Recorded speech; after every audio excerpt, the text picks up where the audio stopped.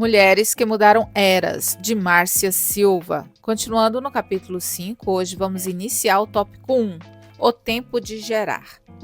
Houve um homem da região montanhosa de Efraim, cujo nome era Eucana. Tinha ele duas mulheres, uma se chamava Ana e a outra Penina. Penina tinha filhos, Ana, porém, não os tinha. No dia em que Eucana oferecia o seu sacrifício, dava ele porções deste a Penina, sua mulher, e a todos os seus filhos e filhas. A Ana, porém, dava porção dupla, porque ele a amava, ainda mesmo que o Senhor a houvesse deixado estéril. E todas as vezes que Ana subia à casa do Senhor, a outra a irritava, pelo que chorava e não comia. Após terem comido e bebido em Siló, levantou-se Ana e, com amargura de alma, orou ao Senhor e chorou abundantemente. E fez um voto dizendo: Senhor dos exércitos, se benignamente atentares para a aflição da tua serva e lhe deres um filho varão, ao Senhor o darei por todos os dias da sua vida. 1 Samuel, capítulo 1, versículo 1, 2, 4, 5, 7, 9 ao 11. Filhos para que tê-los? Gerar filhos não significa o mesmo que antigamente. Para Ana era uma questão de honra, hoje é apenas uma questão de escolha. Quando Deus criou a mulher, ele disse: seja fecunda. Para a mulher ter filhos era sinônimo de cumprir um propósito divino, mas com o passar do tempo isso mudou e hoje ela escolhe tê-los ou não. Chamamos isso de controle de natalidade, mas em muitos casos o nome certo é aborto. Um exemplo disso é a China, hoje o país mais populoso do mundo, com 1,3 bilhão de pessoas. Estima-se que mais de 400 milhões de bebês, na maioria do sexo feminino, já foram evitados com um controle de natalidade rígido por parte do governo, mas que inclui a prática do aborto de forma legal. Em nossos dias, falar sobre gerar filhos já não é algo visto como bênção de Deus. Tudo depende do lugar onde se está ou se é homem ou mulher. Para a mulher moderna, de maneira geral, ter filhos pode significar um empecilho para alcançar seus alvos pessoais. Mas o maior problema é quando essa mentalidade é transferida para a igreja e gerar filhos espirituais passa a ser visto como uma opção pessoal e não mais como um chamado de cada membro. Quando falamos em investir em crianças, o problema apenas aumenta, pois os ministérios com mulheres hoje na igreja não inclui as crianças. A verdade é que precisamos voltar para a Bíblia e reconhecer que muitas vezes Deus chama mulheres, mas com o alvo de levantar seus filhos, como foi o caso de Ana. Assim como Ana gerou Samuel, nós geraremos os filhos espirituais que Deus nos confia.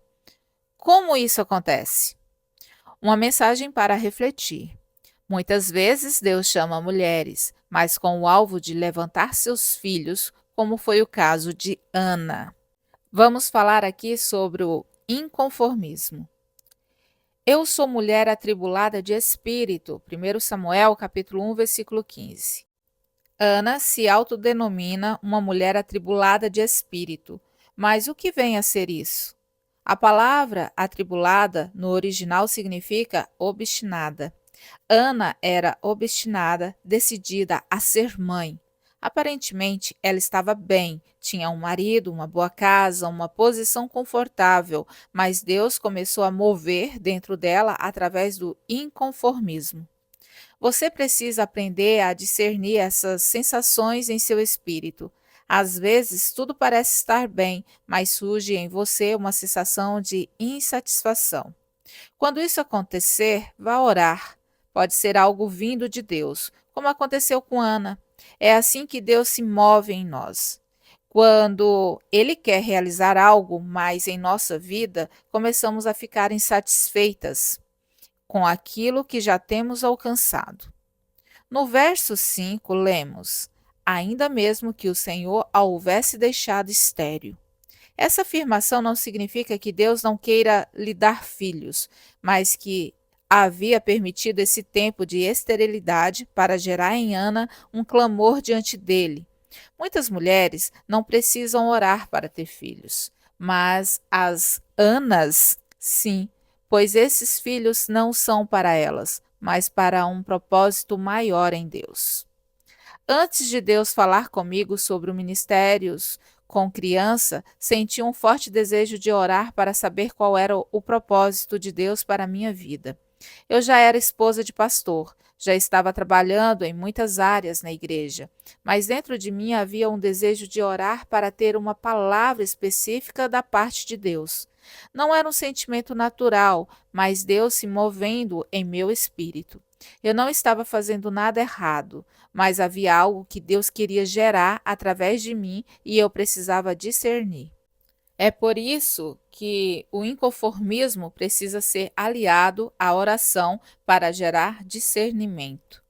Uma mensagem para refletir. Muitas mulheres não precisam orar para ter filhos, mas as Anas, sim. Muitas vezes Deus permite a esterilidade espiritual em sua vida para gerar em seu coração um clamor genuíno da parte dele. É assim que ele coloca um encargo em seu coração. O que Deus quer fazer não pode ser apenas um desejo do coração dele, precisa ser também um desejo seu. Deus desejava Samuel mais do que Ana, mas a maneira de levá-la a desejá-lo foi permitindo a esterilidade. Assim ela desejaria o mesmo que Deus. Você já desejou ardentemente algo em Deus, como, por exemplo, ser usada por Ele? Orar e ver pessoas sendo curadas? Receber uma palavra profética e entregá-la a alguém? Já desejou algo que a leve a um nível mais alto em Deus, que a tire da rotina de sua vida cristã? Isso é necessário, pois é assim que você experimenta do poder de Deus em sua vida. Você só tem aquilo que busca. O inconformismo de Ana era um reflexo do coração de Deus em relação à condição espiritual de Israel. O Senhor começou a agir assim no coração de Ana e continuou mais tarde em Samuel. Deus queria levantar um profeta que percebesse seu inconformismo em relação à nação de Israel, pois eles estavam longe do Senhor. Eli já estava conformado com essa realidade, mas Deus não.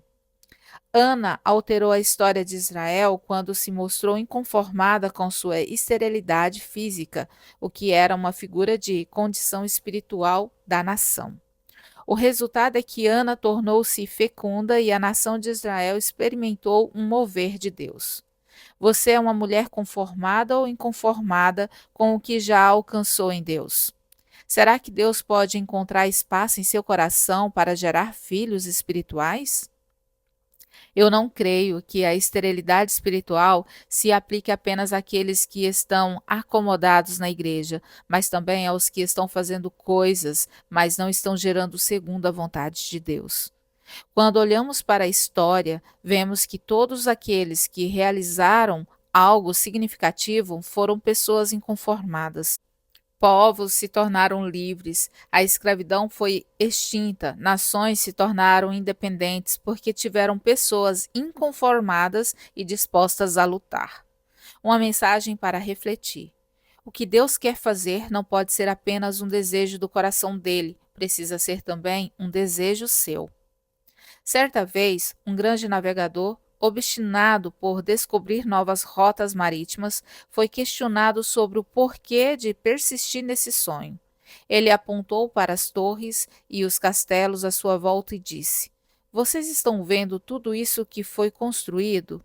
Um dia alguém sonhou com isso. Antes de virem à existência, o propósito de Deus parecem apenas sonhos, frutos da obstinação de pessoas que se passam por loucas e teimosas, mas são essas que Deus usa para gerar um grande mover. Meu desejo e minha oração é que você seja uma mulher atribulada de espírito como Ana, porque somente assim seu ventre espiritual será aberto. Eu convido você para refletir sobre este texto e fazer as suas anotações no seu devocional diário. E espero por vocês no nosso próximo vídeo. Até breve!